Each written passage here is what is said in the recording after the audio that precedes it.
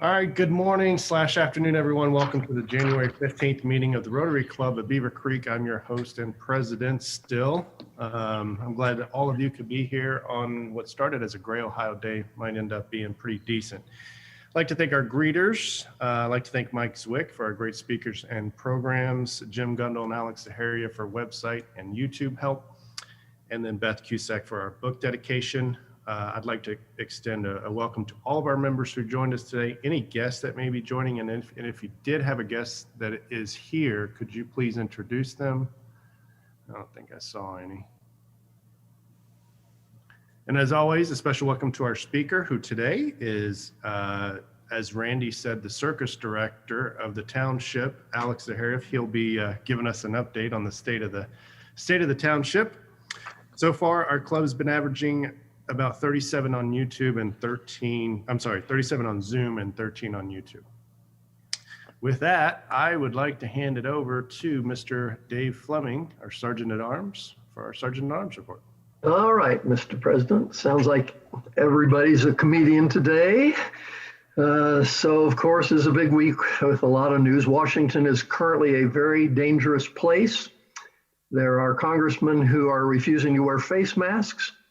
There are congressmen who are refusing to submit to metal detectors at the Capitol, and it's even reported there may be congressmen who will refuse to stop at traffic signals. So I suggest that none of us go to Washington, D.C. COVID infections and deaths remain at record highs.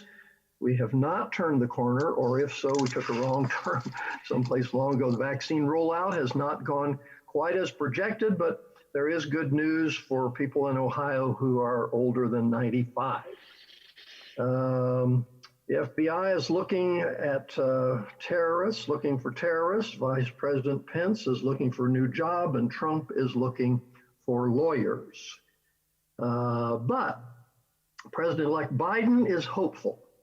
Last night, he unveiled a $1.9 trillion plan to stem the COVID virus and to steady the economy. The Senate will return to work next week and may split its time between an impeachment trial, confirming cabinet appointments, and legislation to support recovery plans. All of this national tension may make us unaware of whatever mischief the Ohio State House and Senate may be up to. More about that later. Meanwhile, life goes on around the world, around the country and the world. San Francisco has banned residents from smoking in their apartments unless they're smoking marijuana. Initially banned all smoking, but activists successfully argued that since it's still not legal to smoke weed in public, an apartment ban wasn't fair. IKEA announced it will cease publication of its iconic printed catalog, which once reached 200 million customers. With most people now shopping online, IKEA's Conrad Gruss said killing the catalog was emotional, but the rational thing to do. Former Trump advisor Roger Stone said he had absolute incontrovertible evidence that North Korea smuggled fraudulent ballots into the United States on ships via a harbor in Maine, which is kind of interesting. If I were North Korea, I wouldn't go all the way around through the Panama Canal to get to Maine. I'd probably try to smuggle them into Washington. Retired Israeli General Haim Eshed revealed that space aliens have been in contact with the governments of Israel and the United States. President Trump was about to go public with the news, said Eshed, before the Galactic Federation persuaded him that humanity needs to evolve more before it can handle the truth. Oh boy, I hope that evolution takes place sooner rather than later. China's Civil Aviation Administration is recommending that its flight attendants wear disposable diapers and avoid using the lavatories to minimize their risk of coronavirus exposure. Former Vice President candidate Sarah Palin asked a crowd in Georgia to pray for God to heal our land, not just geographically and geology-wise, but people-wise. Sounds like classic Sarah Palin talk. It was a bad week for precocity. Precocity, that's a smartness or a skill that's achieved earlier than usual, as in the adjective child is precocious. So precocity took a hit this week because last week, a 12-year-old New York City boy stole his parents' Range Rover and took his 7-year-old cousin on a 5-hour, 100-mile multi-state joyride. Yeah, it was good, the little girl told police when they were caught, adding, "I wish I was driving." And retiring is a bad week for retiring to Florida after neighbors of President Trump's Mar-a-Lago estate in Palm Beach petitioned the town to bar Trump from moving there, citing a 1993 legal agreement in which Trump promised not to spend more than 21 days a year at the estate. Palm Beach should notify Trump now, the petition says, to avoid an embarrassing situation later. Yeah, right, later, okay. And let's see what else is happening. I'm going to take that Zoom meeting down and go to the Rotary. Oh, geez, where's the Rotary? Scott.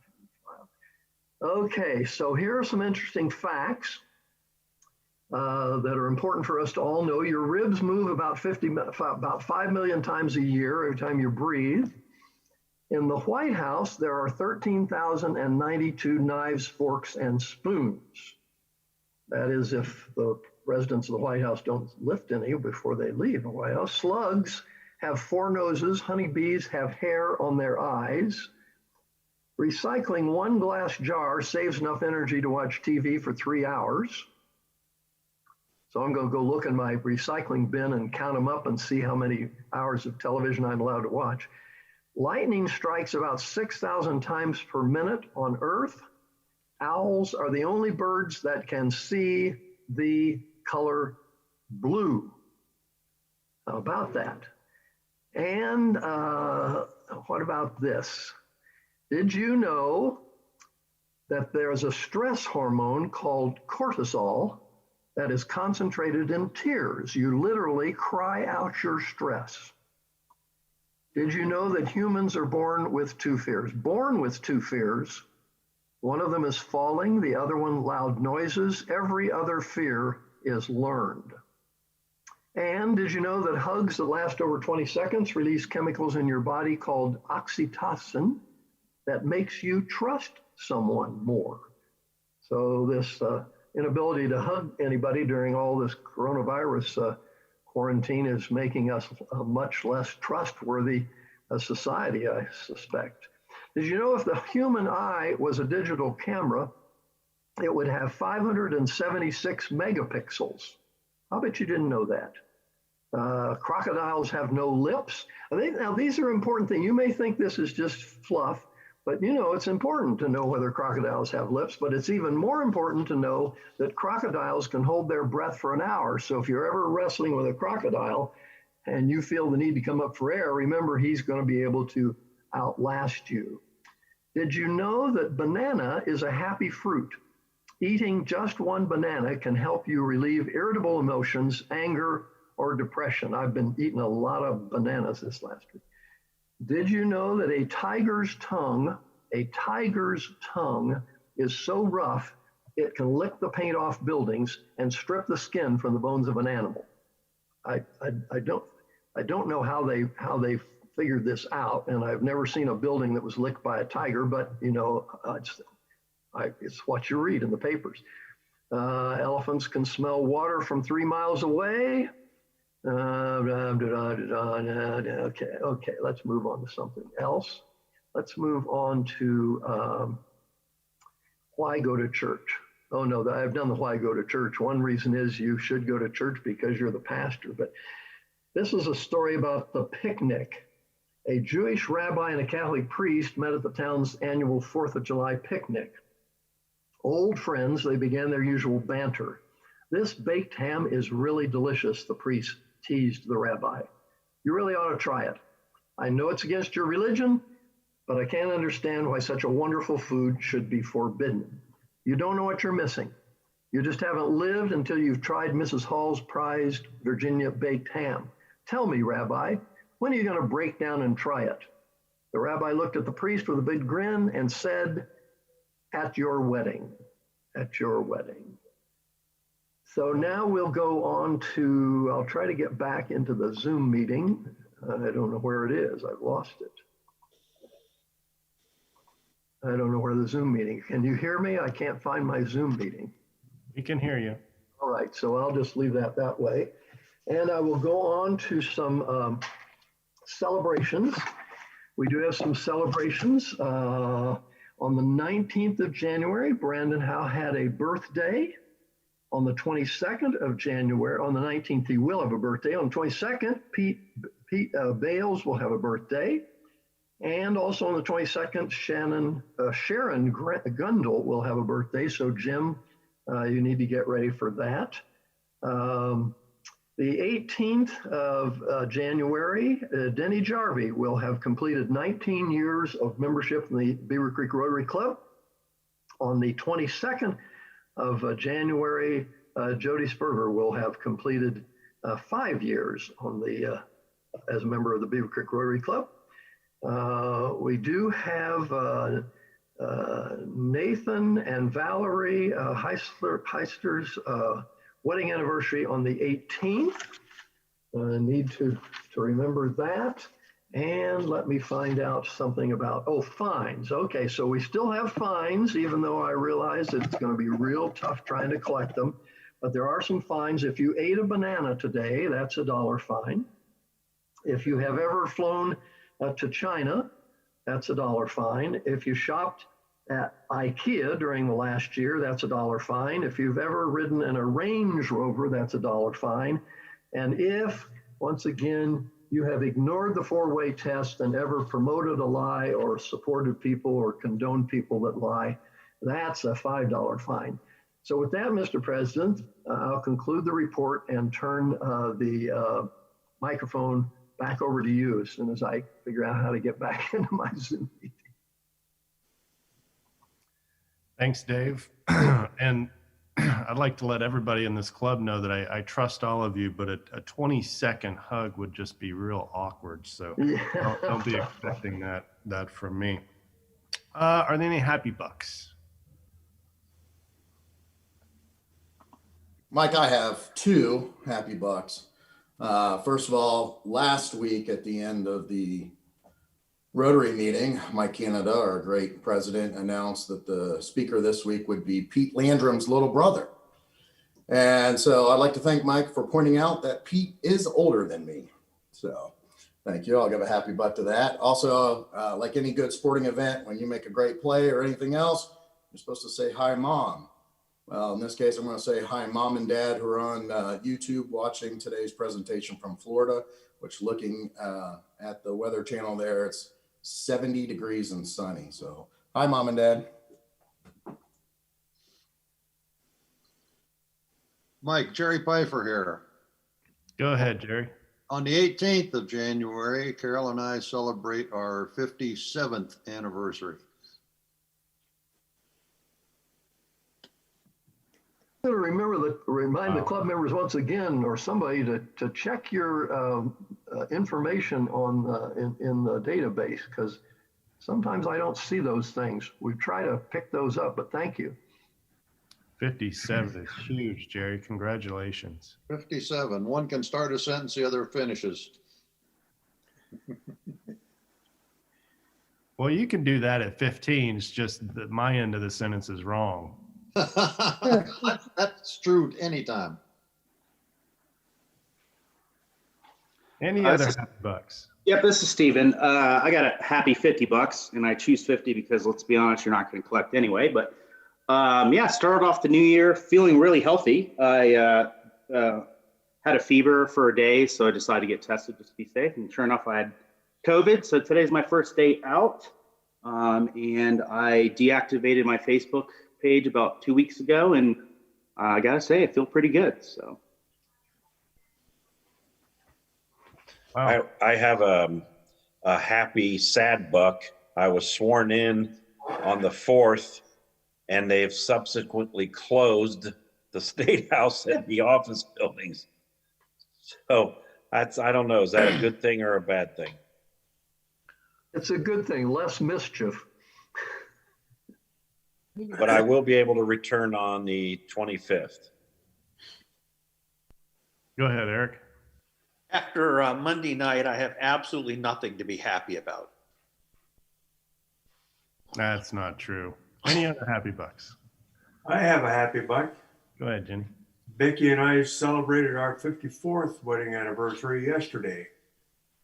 And we did it by going to Eaton, where the Rogers Bridge is located. And if you haven't read about this bridge, you might want to.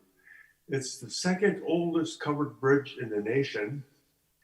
And what's different about this bridge is it's got 2-lane traffic. So if you're most covered bridges, if you're gonna have to wait till the other person comes through so you can go through. But this one has traffic goes both ways simultaneously. And there are only 6 bridges like this in the country left. And this one is the oldest. It was built in 1829. For whatever that's worth. Go ahead, Randy.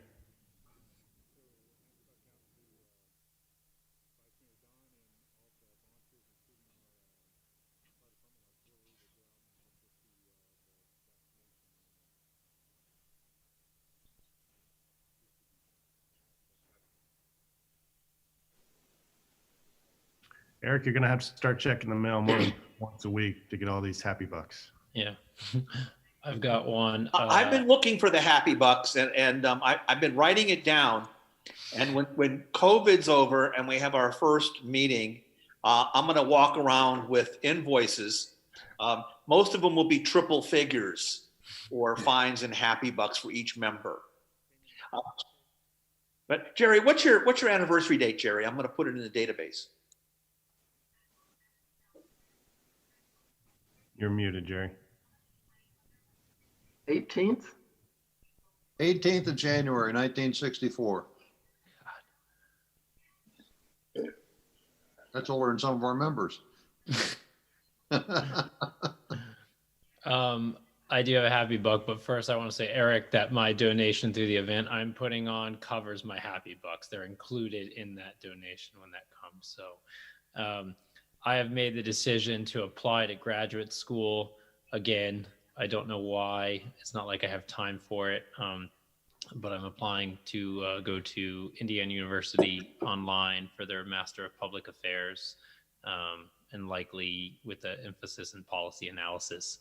So assuming I get accepted, which is a bold assumption, it would take me a few years though. I'm going to take my time going through it and try to, any chance I get, take electives that are associated with the environment. So we'll see. Don't know why I'm doing it, but. Well, congrats, Brandon. And then I can call you the little brother to Alex. Any other happy bucks before we move on to announcements? All right, couple of announcements. Board meeting after next week's meeting here on Zoom. As always, all are welcome to attend. I'll send out an email to the board asking for any agenda items on Monday.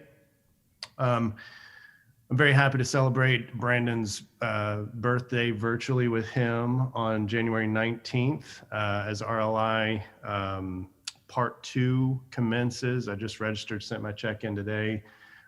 If you're interested in being a part of RLI, you do have to register. You can go on DACDB, log in there, click on the calendar there, and you can register there. So I'd also like to send a shout out to Teresa. I don't know if she's here. She had a real nice write-up for our district newsletter that talked about our Christmas basket program. If you haven't had a chance, the easiest way to get there is to go to DACDB, and it's right there as DACDB comes up. Or if you want to Google District 6670, you can find it there as well. Real nice write-up, did a very good job, so thank you, Teresa. Are there any other announcements?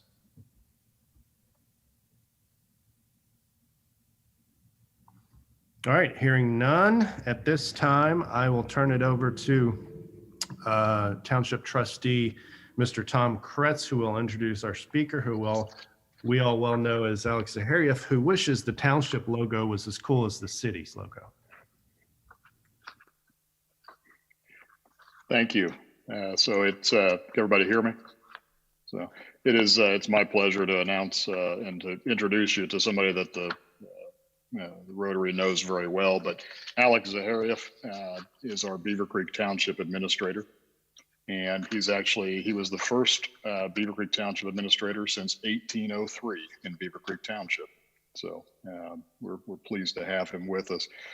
A township administrator is really the chief executive officer, or chief administrative officer, comparable to a city manager in a nonpartisan role. And that position manages the daily operations of the township. Mr. Zaharieff began his service as a township administrator to Beavercreek Township in 2011. And overall, Mr. Zaharieff has 32 years of local government experience, which includes service for 3 different very diverse jurisdictions, and serving 27 years for the Beavercreek community overall. So Beavercreek Township, as you may know, has a population of roughly 55,000 people covering roughly 52 square miles, and is one of the fastest growing communities in the state, but is the fastest growing community in Greene County. And as first township administrator, Alex directed the creation of the township manager form of government, and Alex directs and coordinates the overall activities and provides direct supervision for all township department heads and administrative staff, including our law enforcement relationship with the sheriff department, our fire and EMS that serves all of Beavercreek, the city and the township, the road department, the planning and zoning departments, the human resources, and information technology for the township. So Alex is responsible for coordinating the annual township budget process and presents that to our board of trustees for approval every year. And during his time as administrator, Alex really he was key in restoring staff morale throughout the township. He's done an excellent job of that. Reduced the operating budget, and when I say reduced it, in 2014, the township was roughly 400,000 in the red, and we finished 2020 roughly just over 800,000 in the black. And so it's unbelievable the job that he's done. So he created a township-wide budget system. He revamped our union and our non-union salary, employee benefits programs and plans. He's really engaged the community as far as the citizens and the businesses within the township and beyond. And one of the most impressive things that he's been able to do is put together roughly 30 shared service agreements between public and private sector entities. So be it the city of Beavercreek, city of Xenia Township, Fairborn, and the county. So Alex has received several commendations and has lectured nationwide on topics related to public service. Alex has both a master's degree in public administration and a bachelor's degree from Wright State. He currently serves and has past service or membership on the International City County Management Association, the Ohio City County Management Association, the Dayton Area Managers Association. He's the ex officio member of the board of directors for the Beavercreek Chamber of Commerce. He's a past president of your Rotary Club of Beavercreek. He's the civilian co-chair of the Wright-Patterson Air Force Base Environmental Restoration Committee. He is essentially our delegate from the township to the Beavercreek City Schools, and he's on the Superintendent's Advisory Committee. And lastly, the Greene County Career Center, he's on the advisory committee for that as well. So Alex lives in Beavercreek Township with his wife, and he's raised his family there. And he's very proud of his community, and he's called home for over 40 years. And as a township trustee and a member of our board, we are very, very pleased to have Alex at the helm of the township. He's done a phenomenal job for all of us and our residents and our businesses. So with that, I'll turn it over to Alex. Thank you, Mr. Kretz. And I'm going to share my screen with everybody. Can everybody see my PowerPoint? Nobody can. Oh, how about now? You see the PowerPoint now? There you go. All right. Well, first of all, thank you, everybody. I like doing this speech, State of the Township, especially for Rotary, because this led me to become a Rotarian. And, Mike Zwick reached out to me early on and said, hey, we'd like to come out and talk to the township, to our club. Did that, it was wonderful, and then led me to become a member. So I really appreciate it. So as Tom mentioned, I was the first administrator since 1803. So I always like to show this map of Beavercreek Township and where we were and where we are today. So as you can see, back in 1803, Greene County went all the way up to the Michigan line, touched a little bit of Lake Erie, and Beavercreek Township went all the way up there as well. Our first annexation case came shortly after the statehood, where we lost the big chunk of this area over here, which was called the Northwest Territory. Our federal government came in and took it. So over the years, this is where we are today. As you can see, this is our zoning map. So anything in color is what we call the unincorporated area of Beavercreek Township, or not in a city. So there are 3 jurisdictions within the boundaries of Beavercreek Township. First of all, as you can see over my cursor, all of city of Beavercreek is within the boundaries of Beavercreek Township and are part of the township. We have this large area of Wright-Patterson Air Force Base. And from essentially this line over to this line, all this white section up top where it says City of Fairborn is also in Beavercreek Township. All those residents vote on our elected officials, our 3 trustees, and our fiscal officer. So this is where we are today. As Mr. Kretz mentioned, we do provide fire protection to everybody on this map except for Wright-Patterson and Fairborn. However, we do cover some areas up here and some areas on the other side of Fort Bath Township for this year. So, we have a good working relationship with all our communities around us, especially when it comes to fire response and police response.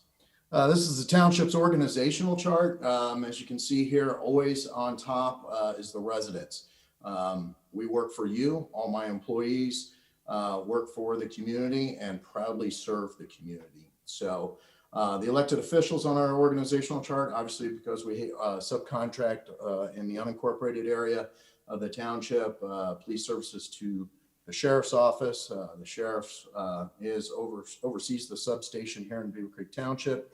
The Board of Township Trustees, and first of all, I'd like to thank the Board of Township Trustees for their leadership and renewing my contract for another 4 years. I really appreciate it. So Mr. Tom Kratz, Ms. Deborah Wallace, and Mrs. Jessica Dean, who are both listening on YouTube or watching on YouTube, as well as our newly elected fiscal officer. It's been a pleasure to work with Ryan Rushing. He took office April 1st. I'll talk about some changes here shortly of what we've done since April 1st. So let's talk about this crazy year of 2020. We did, besides the pandemic, we did complete a lot of things in 2020. And I'll be honest with you, some of these things in 2020, which you're also seeing some of the budget stuff, was a carryover or postponed from 2019 that we didn't get accomplished because of the tornado and moved it to 2020. As Mr. Kretz had indicated, we continue to look at the budget controls, and constantly evaluate the needs and when we go for levies. And I'll talk a little bit about that when we come to shared services as well. We're currently managing the economic and residential developments. The Super Street, as all you know, if you drive through Orchard or Factory in US 35, nothing's going on now. It'll restart in, I believe, March. So I'll give an update on that. We did submit another application. The county engineer, Stephanie Goff, and I applied for funding for construction for a bridge over US 35 for the Trabine Valley interchange. I'll talk about that. Another thing, we expanded shared services last year. We're looking at doing some additional shared services this year. We instituted a fleet management program, which is essentially our white fleet, as they call it, or the pickup trucks, our command staff vehicles for our fire department, our prevention folks, our road department staff. And 2020 began the first year of the 10-year funding plan for the fire department. Once again, I said this last year, but I would like to thank everyone and all the support of passing the levy in 2019 for this vision for the community for the next 10 years. And we started construction of Station 65 up on Treybine and Fairgrounds. And as I mentioned, our new fiscal officer, Ryan Rushing, took office April 1st. I will tell you, he has accomplished a lot in that short period of time. We reorganized the office, created some additional positions, a financial manager, accounts payable, payroll specialist, and assistant to the fiscal officer. We went live with a new software. So if anybody's ever dealt with going live with a new software or implementing software, everybody knows that could be a nightmare, but under his leadership and guidance, we were able to get through that. So we went live with VIP through Software Solutions. That is our financial software. It handles everything from billing to accounts payable, receivable, plus our budget. And the big thing is last year in 2020, we created the Community and Development Department. What we did is reorganize after a retirement of our zoning administrator, and we took zoning, planning, economic development, and fire prevention and put it all under one department. So it's a one-stop shop for our residents, our contractors, people doing business with the township. Or if you're filing a permit in the city to build something, it's one stop out here for our risk department in regards to fire prevention. And we put a very familiar face in charge of that department. And as I joke, heavy as the crown. Our fire marshal, also fellow Rotarian for all of us, Randy Grojan, has taken the helm. We also added an employee to the department, and that is also another fellow Rotarian, Max McConnell, who is the Associate Economic Development Director and Zoning Administrator. So I'll go through some of their accomplishments and things that we did. Of course, we can't talk about 2020 without COVID. I remember leaving the March 23rd Rotary meeting saying this will be the last time we kind of meet for a while. I didn't think it would be this long. Shortly thereafter, we closed all our offices. Our road department went on an on-call rotating basis. So if they needed to fix a pothole or something like that, we would call them in. Our fire department implemented their pandemic protocols. And let me say this about the fire department in regards to the COVID response. We were prepared. This is nothing new for them.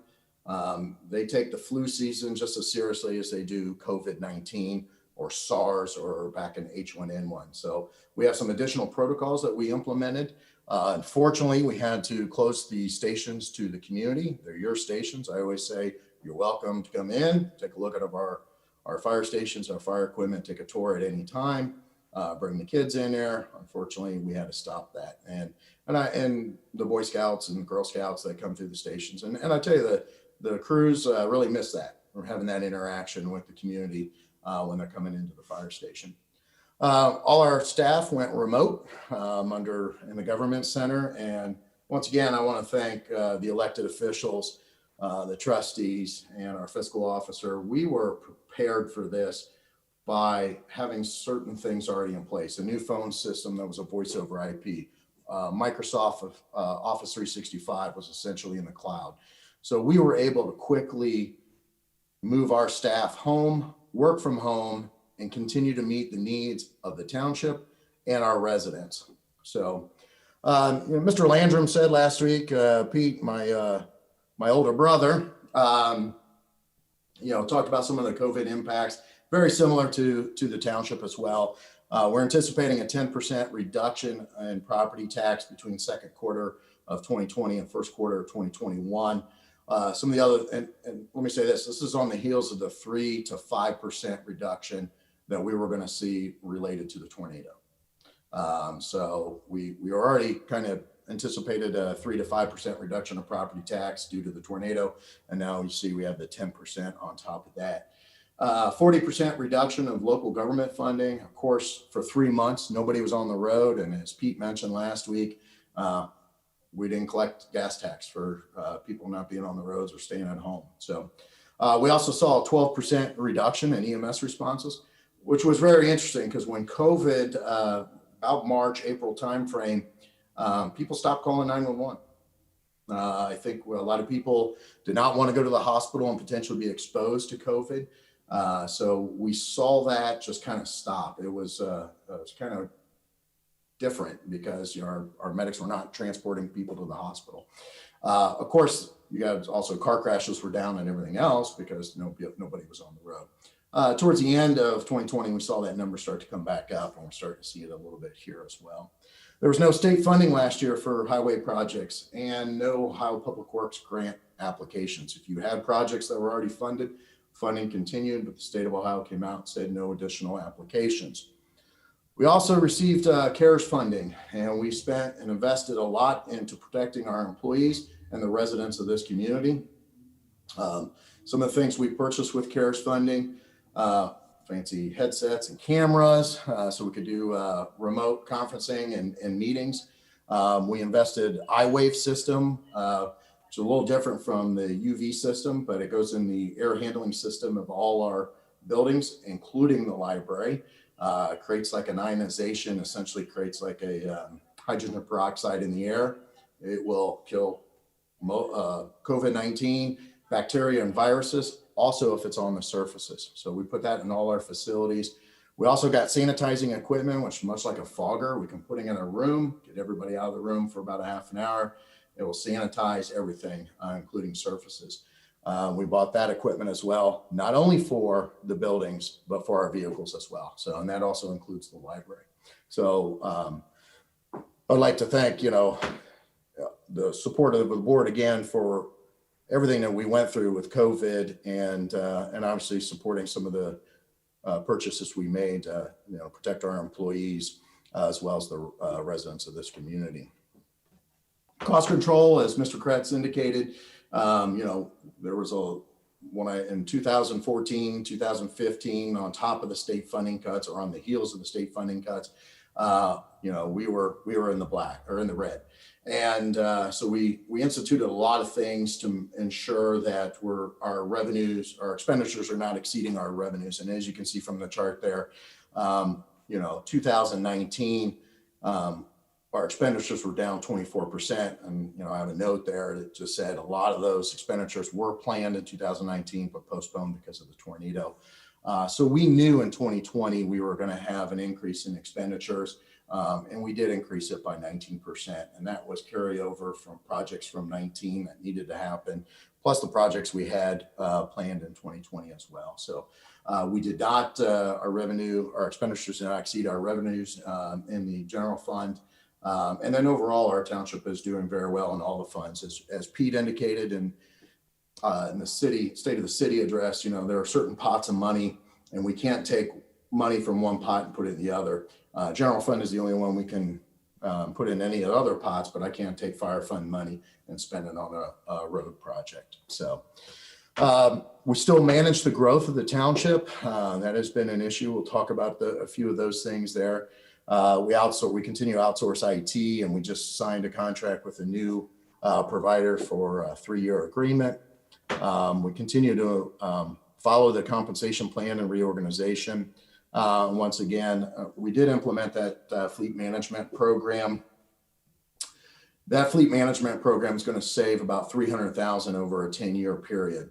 And then people says, 10 years, $300,000, what's that mean? And I said, well, that's a medic unit. That's one medic unit.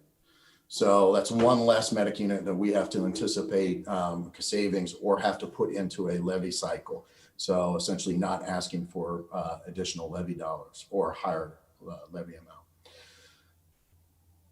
Some other things, our insurance costs, we continue to manage that. We worked really hard with all our employees. For 2021, we're about 1.7 million less than what we projected in the 5 years. This is very hard to predict. We work a lot off kind of historical data, but projecting 5-10 years or a 10-year funding plan like for the fire department, it's tough to predict what's going to happen to healthcare over 10 years. So we do a lot of work when we talk about healthcare and projection. We instituted a wellness program, and it's very active for our employees. We have a third party who manages that. So it's between the employee and that third party. The insurance company doesn't get any information. And of course, management doesn't get any information. But if someone has high cholesterol and we can catch that and put them on medication, as opposed to dealing with a MI or heart attack, that is good for the employee and also good in regards to healthcare costs. Another area that we focus with our union and our non-union employees is we're at 20% employee contribution for healthcare. I throw some stats there, how we relate to the state average. And these are family plans. It's a little bit different for each of the plans that are offered. But 12.8% statewide average, 16.4 for the Dayton region, and then townships 10.2. When I got here, the township was paying 90% of the employees' healthcare costs. And our wage increases and packages have been less than the state and regional and township averages. So we continue to do that. One thing I look at and my staff looks at, and the board of township trustees and our elected officials, it's not my money. It's not the department head's money. It is your money. And we're continuing to constantly evaluate that and doing what's best for the taxpayers of this community. Economic development, I'm going to breeze through some of this for time purposes. But one thing I want to focus on is the last one here is business expansion and retention meetings. So beginning in 2019, under the leadership of Randy taking over the community development and risk department and hiring Max McConnell, Max started meeting with businesses. I would go out with them. We bring our sheriff, depending on the meeting, and just have one-on-one conversations with our businesses. And until obviously the last week of March. Now we did some remotely. We did have some contact with them when handing out some of the DDC Jobs Ohio packages that include masks and gloves and some care packages. But one of the things that we do is meet with our businesses, see what they need. What we found out with a couple of our businesses, one, they needed a college prep program for their employees. We said, no problem. So we connected them with Clark State, and Clark State did a great job. We're working on establishing a program for education through Clark State, internship with this business, and then eventually it will lead to a job.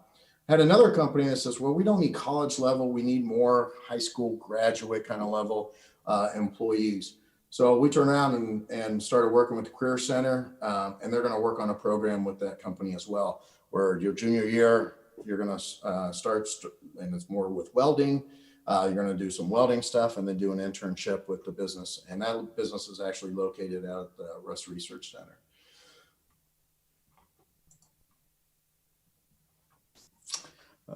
Slides are going everywhere. There we go. This is the one. This is hot off the press. The Board of Township Trustees haven't seen this yet. Usually we get these numbers at the end, or usually March of every year. So this March or April, we were supposed to have the community breakfast that is put on by the county commissioners, and they kind of reveal these numbers from the previous year. So 2020's numbers won't be out till March. But I break this down by the Beavercreek community as a whole. So 48% of all residential growth in Greene County was in Beavercreek community. And obviously, as you can see from the numbers, most of it was in Beavercreek Township. Beavercreek Township was 77% higher than any other community when it comes to construction evaluation for residential property. And then when we talk about commercial development, 36% was in the Beavercreek community. Now, this was a surprise this week when I saw these numbers. Beavercreek Township, when it comes to commercial, is usually third or fourth on that list. We're big in residential, but not so much in commercial. In 2019, we were number 2 behind the city of Beavercreek. So we had a lot of business investments, or a lot of companies that were investing in their buildings, either remodelings or new buildings. So the township was the second highest for 2019. I think we'll see a little change because of COVID. in 2020's numbers, but hopefully we'll see those from the county usually in March. Things are still going on at Russ Research on Indian Ripple, Ohio University. We did, even during all this COVID and all the virtual meetings, we did most of our trustee meetings, zoning commission, and board of zoning appeals meetings all remotely. Zoning, I think, is still remote. I think the board is back meeting with social distancing and limited amount of people in the trustee meeting room. And our BZA, same thing. We were able to approve a couple developments last year during COVID, as well as a rezoning of the 15 acres on the corner of Indian Ripple and Alpha Bellbrook that Ohio University purchased. So, and then as they indicated in the public meeting, they're getting ready to put this out to bid for commercial. We are anticipating design plans for on their existing 26 acres, 80,000 square foot building and a potentially new conference center as well. Getting a lot of interest on this property along US 35. This is the Valley Springs development, PUD. If you imagine over here where my cursor is, that is Ankeny Fields, US 35, all the car dealerships. So we continue to submit applications through Jobs Ohio. We've been in the running for a couple, so we're going to continue to work on that. And then the other section, obviously it's going to be some modifications if we get the highway bridge put in. So let's talk about the residential growth. I know the schools always gets nervous every time I talk about this. You know, right now, Beavercreek Township's got 3,122 homes approved in just the PUDs. This doesn't include the properties, 5-acre lots, 10-acre lots, 1-acre lots that someone could buy and just build a house on. This is just the planned unit developments. Of those, were about 2,500 have been completed, about 80%. Now, some of these PUDs are expanding. We're adding different sections or adding new PUDs or incorporating additional land into the PUD. And as I mentioned during those virtual meetings, staff continue to work with Greene County, regional planning in Greene County, county engineer, to work through all these new sections and all these developments. So, and as of January 1st, we have 242 shovel-ready lots.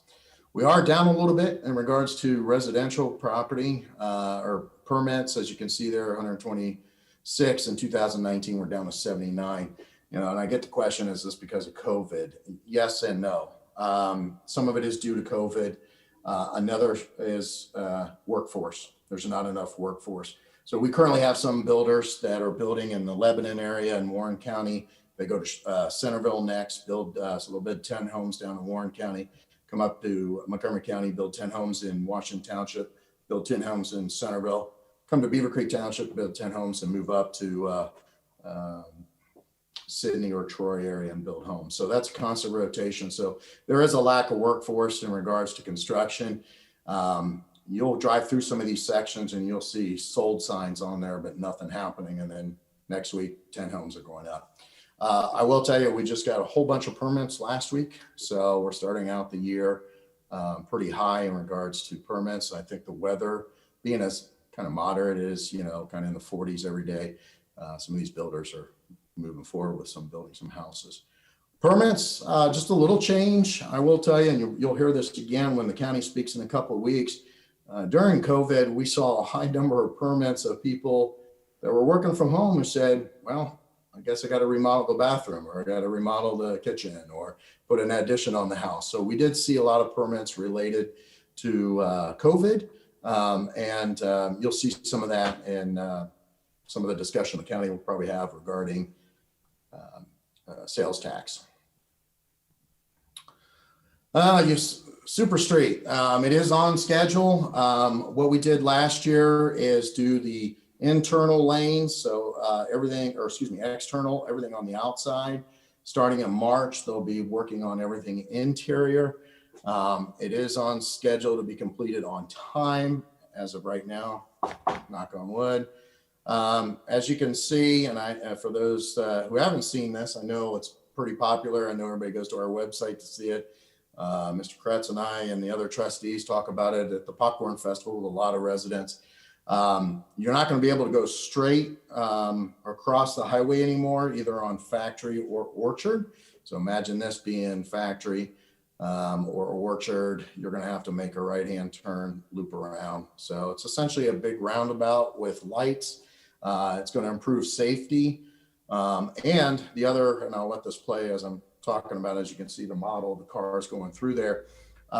We're going to be able to control the lights. Right now, the state has control over these lights, but the city and the township have asked during special events. For example, if we know big events going on at the high school, we can allow more north-south traffic, or a soccer event, north-south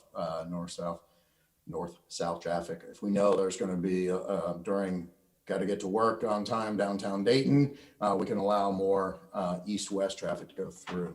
So, so you'll see this intersection here at Factory and US 35, and again at Orchard and 35.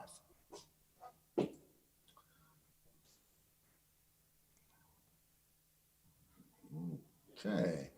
Another project we're going to talk about is the US 35 funding. This is a project that we were able to get to what we call phase 2, which is design, which is started in 2020, and right-of-way acquisition.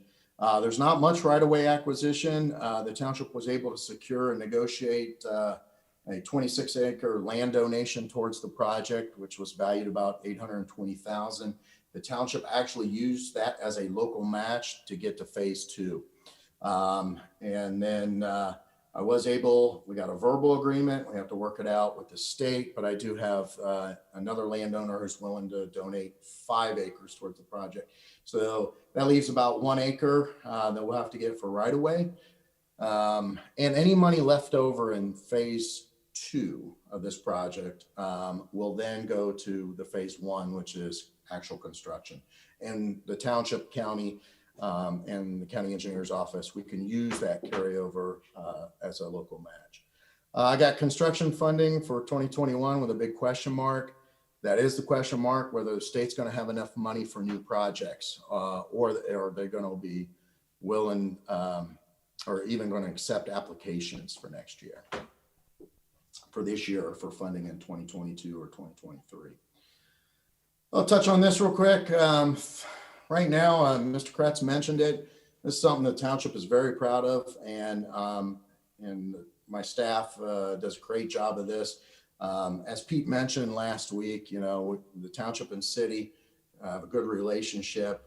We're constantly, Pete and I are constantly meeting once a month. And slow down a little bit during COVID, but these are some of the things that we talk about in our meetings. What can we do more together to reduce the cost to both the city and the township and the taxpayers?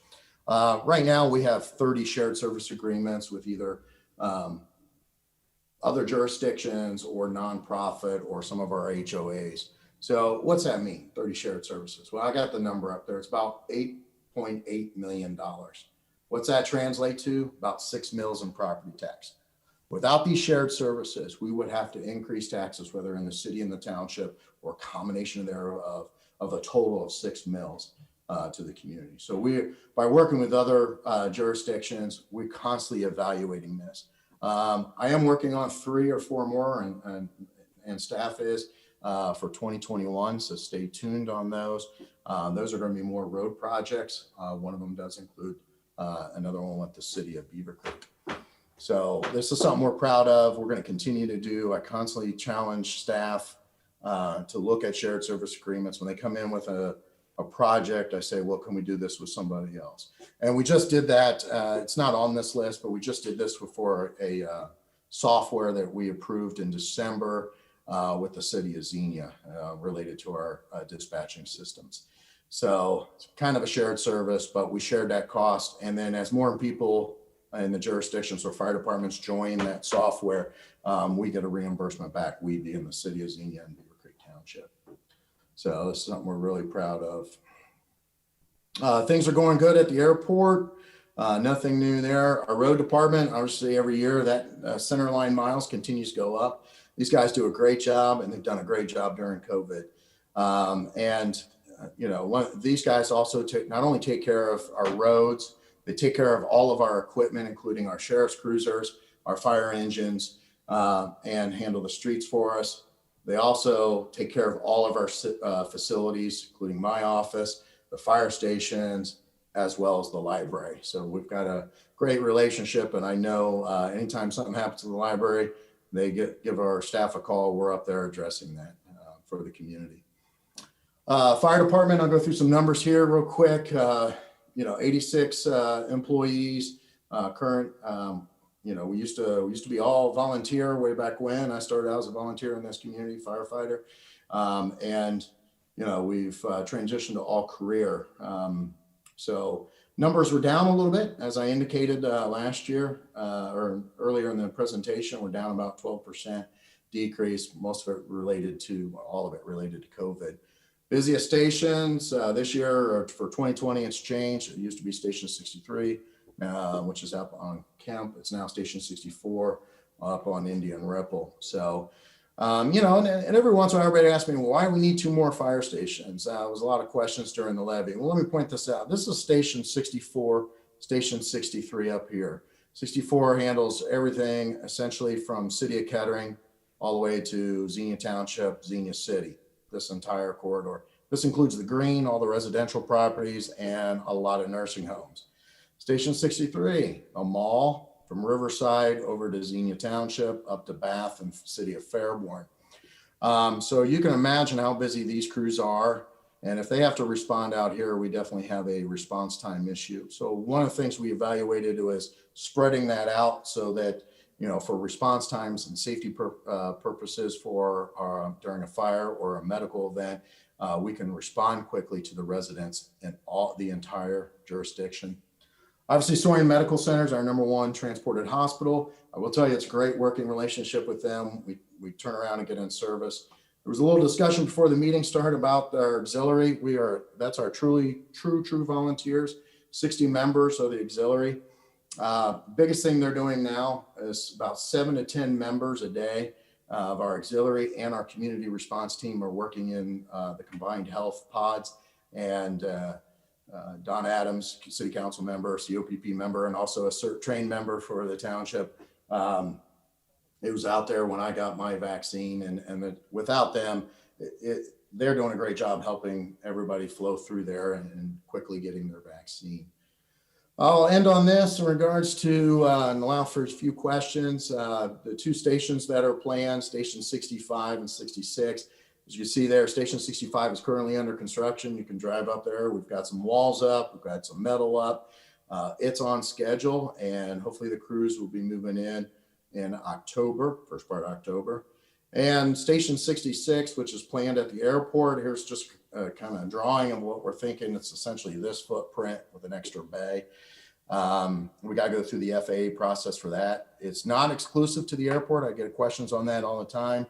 It is to respond to the airport as well as the needs of the community of all of Beavercreek. So don't be surprised if Medic Call comes in and Medic 64 is out, Medic 66 is responding out to your community. One thing our sheriff's office kind of mentioned, we've been out doing ALICE training, which is alert, lockdown, and inform encounter. We do this, we provide this free to the community, to all our businesses. I'll skip through the property tax. I usually do that with our HOAs, and I do this presentation to them.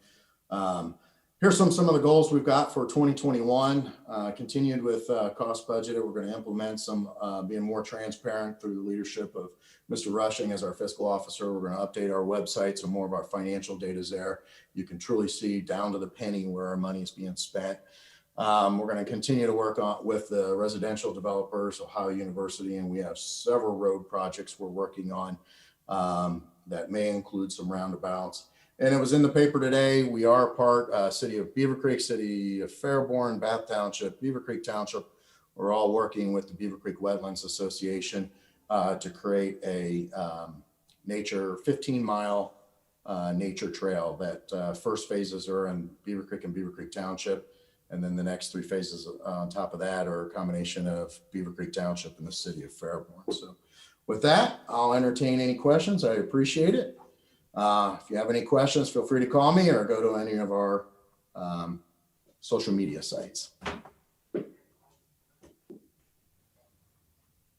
Thank you, Alex. Go ahead, Brandon. Two quick questions. What is the on-time date or the completion date for the super street or whatever on the 35 intersection? So if things are ahead of schedule, we'll be done this year. Most likely it will be spring of 2022, and most of spring of 22, it'll be in operation this year. Spring of 2022 will be probably doing a final layer of pavement if they can't get to it this year, and of course striping. Gotcha. And the other question, and this is like open-ended, not meant to be like a gotcha by any means. Treybine Road, I don't think when it was ever built many years ago was ever designed with the intent of having thousands of homes and apartments lining it all the way from, you know, way up at the top to way down at the 35 now. And like, I've run the whole length of it, and it's a terrible road for a pedestrian. And now it's just a terrible road in general because of the amount of traffic and the narrowness. I mean, is there any long-term vision to make that road, I don't even know what better means, but better? So I will tell you at 2:00, I do have a meeting on a bike path on Treybine. And we're going to be working with the county engineer because it's the county engineer's road, but obviously touches Beavercreek Township roads, as well as the city of Fairborn. And we want to make sure we put it on the right side that's going to, you know, either west or east side or a combination both, that's going to benefit both communities, that will connect city of Beavercreek, the Rotary Park connection, and all the bike paths throughout the community. So, yeah, we are talking about that. And yes, it will be 3 lanes. Right next year, this year, it will be paved from US 35 all the way up to 235. And we are working with the county engineer, and is within the next 10 years is working on a contract that is going, or excuse me, an application through Miami Valley Regional Planning Commission to widen it all the way up. Awesome. So, yeah, we are. Tell Stephanie I said hello. She's on here. I think she's watching on YouTube. So, hey, Stephanie. And we have a great working relationship with our county engineer, and as I mentioned, some of the shared service agreements were that's going to be at least one of them that we're going to be talking about here shortly. Thank you so much. Mm-hmm. Time for one more question. Anybody? Question? All right, we all know how to get a hold of Alex. If you do have questions, I'll turn it over to Beth to do our book dedication. Sure. Thank you. Alex, it's been a privilege to work with you over the years. And as a tenant of the township, I want to thank you, your team, especially Tim Parks, and the township trustees for all the support of the capital needs of the Beavercreek Library. So thank you. So we will be donating a book in your honor called Max Einstein, The Genius Experiment. It's about a group of young geniuses who use science to solve some of the world's biggest problems. Thank you. Well, thank you, Beth. I know that's not about me, but that's definitely my staff and the employees here at Beavercreek Township. They make me look good every day. All right. Thank you, Beth. Thank you again, Alex. Great presentation. Next week, we will have James Investment Research give us a virtual economic forecast for 2021. Please keep an eye on upcoming programs at beavercreekrotary.com and Facebook. Quick reminder, board meeting next week. After the meeting, anything else for the good of the club? All right, everyone, have a great weekend and a great upcoming week. That was weak.